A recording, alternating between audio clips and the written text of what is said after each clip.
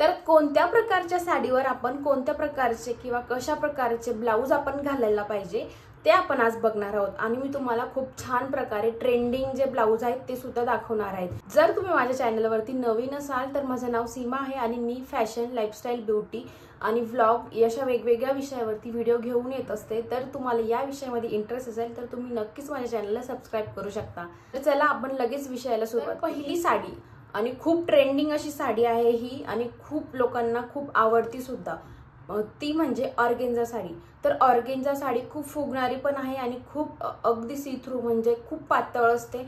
तर ऑर्गेन्झा साडीमध्ये कोणतेही पदर जरी आपण अशा पद्धतीने घेतला तरी कोणत्याही प्रकारचं कव्हरेज आपल्याला त्या पदराने मिळत नसतं। तर त्यामुळे तुम्ही काय करू शकता, पूर्णपणे बंद गळ्याचे ब्लाऊज शिवू शकता किंवा मग थोडासा गळा म्हणजे वरती घेऊ शकता आणि स्लीव्स मध्ये तुम्ही छान प्रकारे वेगवेगळ्या स्लीव्स करू शकता, जसे की अगदी स्लीवलेस म्हणा किंवा मग पफ स्लीव्स करू शकता किंवा मग तुम्ही लॉंग पफ स्लीव्स करू शकता। अशा वेगवेगळ्या प्रकारचे तुम्ही स्लीव्स मध्ये छान प्रकारे ऑर्गेन्झा मध्ये वेगवेगळे डिझाइन बनवू शकता। किंवा याऐवजी तुम्हाला जर थोडंसं अजून हे पाहिजे तर तुम्ही हॉल्टर नेक मध्ये सुद्धा ब्लाऊज शिवू शकता।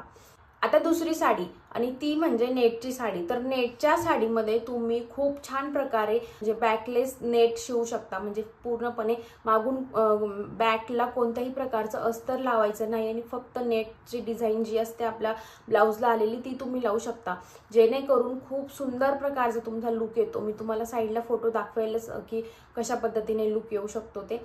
तर अशा पद्धतीने तुम्ही नक्की शिवू शकता। आता नेटच्या साडीमध्ये जर तुम्हाला पाठीमागच्या साईडला बॅकला पण डिझाईन करायची आणि फ्रंटला पण तुम्हाला हुक ठेवायचे नसेल तर तुम्ही साईडला म्हणजे अशा पद्धतीने झिप करू शकतात। आता तुम्ही हे ब्लाऊज माझं बघू शकतात, हे मी नेटचं शिवलेलं आहे, म्हणजे अगदी लग्नाआधी 7 वर्षापूर्वीचं हे ब्लाऊज आहे।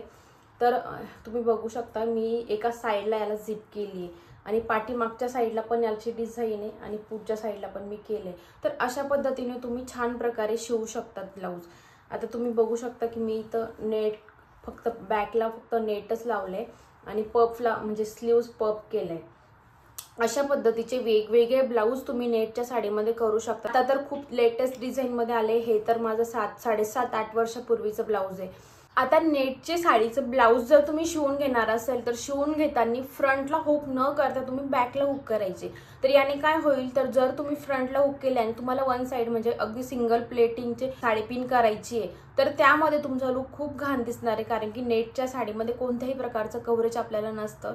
आपण जर पदर घेतला तर सगळं आपलं दिसत असतं। तर त्यामुळे तुम्ही काय करायचं, नेहमीच अशा पद्धतीचे ब्लाऊज शिवायचे, समोरून पूर्णपणे बंद आणि पाठीमागच्या साईडला त्याला हुक करायचे।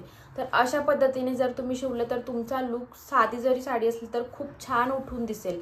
आता नंबर 3, सॅटिनची साडी। सॅटिनच्या साडीमध्ये तुम्ही खूप वेगवेगळ्या प्रकारचे ब्लाऊज शिवू शकता। सॅटिनची साडी खूप छान प्रकारे स्लिम लुक आपल्याला देऊन जात असते। जर ज्यांचं वेट जास्त आहे त्यांना सुद्धा सॅटिनच्या साडीमध्ये खूप स्लिम लुक येऊ शकतो। तर त्यामुळे तुम्ही नक्की सॅटिनच्या साडीवरती पफ स्लीव्ज किंवा फुल पफ स्लीव्ज किंवा फ्रिलवाले ब्लाऊज अशा वेगवेगळ्या प्रकारचे ब्लाऊज तुम्ही शिवू शकता। मग वेगवेगळ्या प्रकारचे फ्रिलचे ब्लाऊज शिवू शकतात तुम्ही छान प्रकारे, 1 लेयर 2 लेयर असे वेगवेगळ्या प्रकारच्या फ्रिलचे ब्लाऊज सुद्धा तुम्ही शिवू शकता सॅटिनच्या साडीवरती। किंवा मग आता सगळ्यात ट्रेंडिंग असलेला केप, तर तुम्ही सॅटिनचे अगदी स्लीवलेस ब्लाऊज घालायचं जे तुमचं नॉर्मल आहे ते, आणि त्याच्यावरती तुम्ही वेगवेगळ्या प्रकारचे केप ट्राय करू शकता। तर हा लुक तुम्हाला खूप रिच आणि खूप सुंदर लुक तुम्हाला देणार आहे केपमध्ये।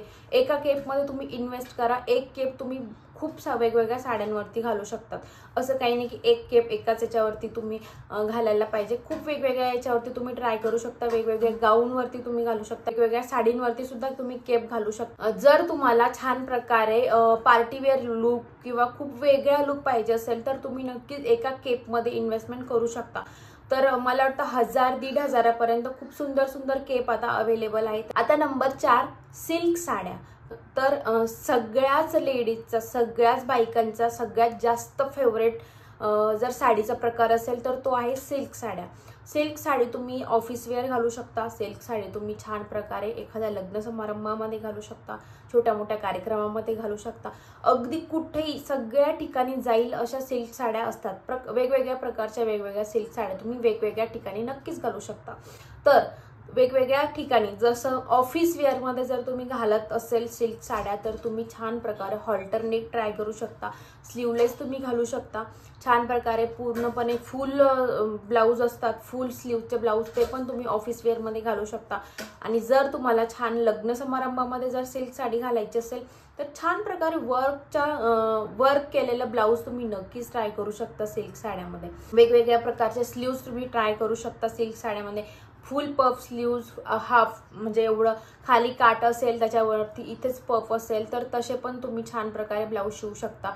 किंवा मग आता सगळ्यात ट्रेंडिंग असलेलं अरी वर्क, ते सुद्धा तुम्ही नक्कीच करून घेऊ शकता. 1800 ते 2000 पासून तुम्हाला स्टार्टिंगला तुम्हाला ते अरी वर्क करून मिळेल. आणि बऱ्याच वेळेस काय होतं, कधी कधी साडी आपली खूप फॅन्सी असते, तर त्यावरती तुम्ही अगदी सिंपल जरी ब्लाऊज शिवलं तरी पण त्याचा लुक खूप उठून येत असतो.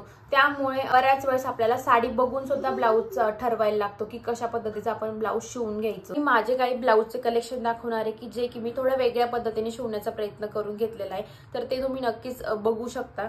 तर हे बघा, हे फ्रंटला आणि बॅकला म्हणजे हे फ्रंटला आणि बॅकला आहे आणि याला मी साईडला अशा पद्धतीने झिप करून घेतली आहे. अशा पद्धतीने मी याला झिप केली आहे आणि इथं मी याला एक नॉड लावली आहे. तर असं होतं ते. तर हे आहे ना, तर हा ब्लाऊजचा लुक या साईडला थोडीशी नॉड येते छान प्रकारे. घागरा घातलाय अशा पद्धतीचं लुक हे देतं. तर मग हे पण अशा पद्धतीचं तुम्ही शिवू शकता. आता हे मी कॉलरमध्ये शिवून घेतलंय. हे पण माझं लग्नाच्या आधीचं ब्लाऊज आहे. पाठीमागून मी याला हुक केलंय आणि समोरून सिंपली प्रिन्सेस कटमध्ये शिवलंय आणि इथे असं कॉलर शिवलंय. तर हा पण खूप सुंदर एक लुक देऊन जातो तुम्हाला जर शिवायचं असेल तर. आता या ब्लाऊजमध्ये मी फ्रंटला हुक केलंय आणि पाठीमागून मी अशा पद्धतीने डिझाईन केली आहे आणि खालच्या साईडला पण मी अशा पद्धतीने डिझाईन केले. हे अशा पद्धतीचे ब्लाऊज सुद्धा तुम्ही शिवून घेऊ शकतात. आणि इथे स्लीव्हजला अशा पद्धतीची मी याला डिझाईन केली. तर वेगवेगळ्या प्रकारचे तुम्ही ब्लाऊज शिवून घेऊ शकतात. आता हा एक ब्लाऊज हे पण बघू शकता की मी पाठीमागच्या साईडला अशा पद्धतीने सिंपल डिझाईन केली आहे आणि अगेन मी अशा पद्धतीने स्लीव्हजला डिझाईन केली. तुम्ही अशा पद्धतीचे सुद्धा ब्लाऊज वेगवेगळे ट्राय करू शकता. आता हा ब्लाऊज सुद्धा मी लग्नाच्या आधी शिवून घेतलाय. तुम्ही हा पण बघू शकता. म्हणजे अगदी सिंपल आहे, पण याला बाह्यांना म्हणजे ऍडजस्टमेंट होते खालीवरती अशा पद्धतीने. आणि समोरून सुद्धा खूप छान लुक येतो या ब्लाऊजचा. तुम्ही बघू शकता अशा पद्धतीने. इथून मी आतल्या साईडला इथं नॉड केली आहे, जी की अशी ओढली की तुम्हाला समोरचा हे बघा अशा पद्धतीचा लुक येतो गळ्याला. तर अशा पद्धतीने वेगवेगळ्या प्रकारामध्ये तुम्ही ब्लाऊज शिवू शकता. आता सिल्क साडीवरती जसं की मी म्हटलं की अशा पद्धतीचे छोटे छोटे पॉम्पॉम येतात, ते लावून घेऊ शकतात. आणि बाह्यांना अशा पद्धतीचे तुम्ही नक्कीच वेगवेगळ्या प्रकारच्या डिझाईन ट्राय करू शकता. आता हे पण एक ब्लाऊज आहे माझं. हे पण तुम्ही बघू शकता. हे पण खूप म्हणजे अगदी 6 वर्षापूर्वीचं आहे हे ब्लाऊज. तर अशा पद्धतीने पण तुम्ही वेगवेगळ्या प्रकारच्या काठाचा उपयोग करून छान डिझाईन तयार करू शकता. किंवा मग अगदी आता हे मी विकत घेतलेलं ब्लाऊज आहे. हे पण तुम्ही बघू शकता. याला पाठीमागच्या साईडला अशा पद्धतीने घालून छान प्रकारे पॉम्पॉम लावले. हे पण खूप सुंदर उठून दिसणारे ब्लाऊज आहे. अशा वेगवेगळ्या प्रकारचे ब्लाऊज तुम्ही नक्कीच ट्राय करू शकता. तर हा व्हिडिओ माझा कसा वाटला आणि माझं ब्लाऊज थोडंसं म्हणजे छोटंसं कलेक्शन तुम्हाला कसं वाटलं ते मला कमेंट करून नक्की शेअर करा. थँक्यू व्हिडिओ शेवटपर्यंत पाहिल्याबद्दल. आणि